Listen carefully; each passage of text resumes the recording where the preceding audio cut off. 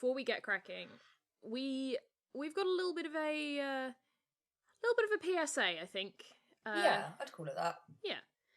So 2021 is census year, which happens every 10 years.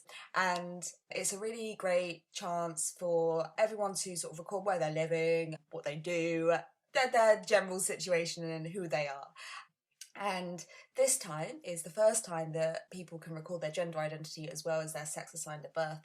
So not only is it super important for queer people to fill it in anyway, there was obviously, a bit to fill in about your sexual orientation, but for trans people especially, it's really important to fill it in this year because it's going to help to get, more recognition of like how many trans people there actually are in the UK. And results from the census go into funding local projects and local authorities, and so it will be a really good chance to go like, hey, there's actually trans people in this area and we should give more money to support queer and trans people.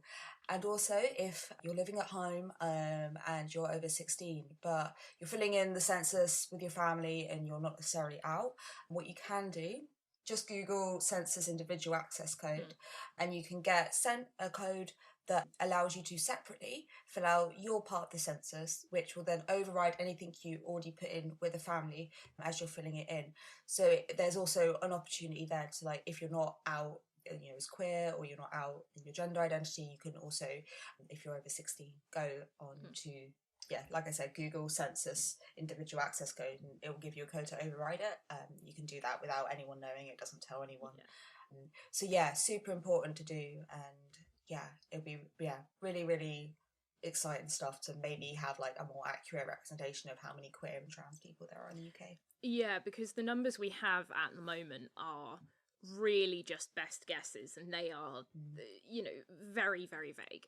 So, it is really, really super important, and also particularly in light of the way the government has recently responded to sort of trans rights and rolling back certain laws and rolling back certain rights and protections and promises they've made, having this really accurate number where it's impossible for them to deny the amount of trans people in this country, it's a very valuable thing.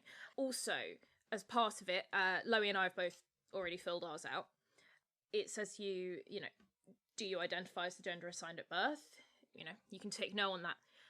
But it also asks you in more detail what your gender identity is. So there's just a little fill-in box where you can put the term that describes you best. I personally just wrote non-binary. And I think for non-binary people, this is a really cool opportunity because as vague as the numbers about trans people are, the numbers about non-binary people sort of within that are even more sort of loose.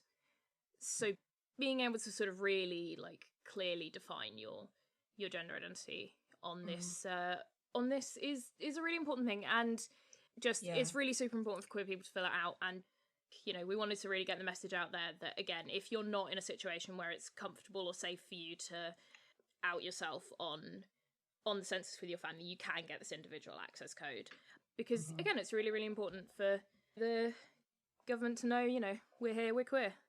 Yeah. And all of this. Right. Yeah. Awesome. PSA over. Yes, we're done lecturing you now.